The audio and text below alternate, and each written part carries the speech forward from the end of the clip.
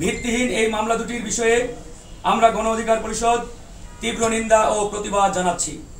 গণ অধিকার পরিষদের সভাপতি জনাব নুরুল হক নূর জুলাই আগস্ট গণঅভ্যুত্থানের একজন অগ্রসৈনিক এবং মহানায়ক।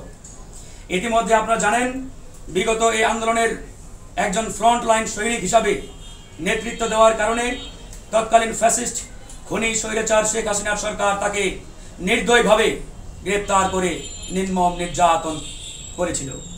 সেই নির্যাতনের ভিডিও চিত্র তৎকালীন সময়ে আপনারা গণমাধ্যমে দেখেছেন, মিডিয়ার কল্যাণে সারা দেশের জনগণ দেখেছে কি নির্দয় নির্যাতন করে গণ অধিকার পরিষদের সভাপতি জনাব নুরুল হক নূরকে দমানোর চেষ্টা করা হয়েছিল।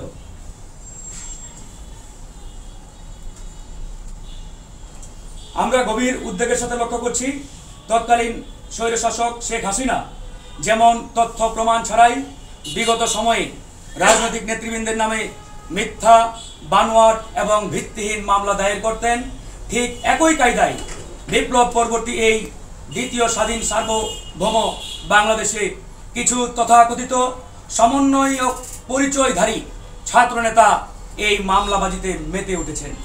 তারই ধারাবাহিকতায় খুলনায় সে তথাকথিত সমন্বয়ক নামধারী ছাত্রনেতারা গণ অধিকার পরিষদের সভাপতি জনাব নুরুল হক নূর সহ গণ অধিকার পরিষদের 6 জন নেতার নামে এরকম মিথ্যা, ভিত্তিহীন, বানোয়াট দুটি মামলা তারা দায়ের করেছে।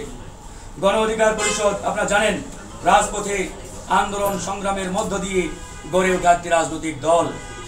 বিগত জুলাই আগস্ট গণঅভ্যুত্থানে গণ অধিকার পরিষদ রাজপথে সক্রিয় ভূমিকা রেখেছে এবং এই আন্দোলন করতে গিয়ে গণ অধিকার পরিষদের 12 জন নেতা কর্মী জীবন দিয়েছেন, তাদের তাজা রক্ত তারা রাজপথে ঢেলে দিয়েছেন। তারপরেও তারা সেই তৎকালীন স্বৈরাচার আওয়ামী লীগের কাছে মাথা নত করেন নাই।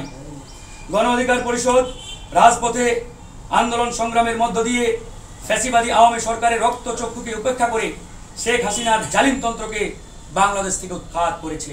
সুতরাং বিপ্লব পরবর্তী এই বাংলাদেশে শেখ হাসিনার মডেল অনুসরণ করে কেউ যদি মামলাবাজি শুরু করে, আমরা গণ অধিকার পরিষদ তা কখনোই বরদাস্ত করব না।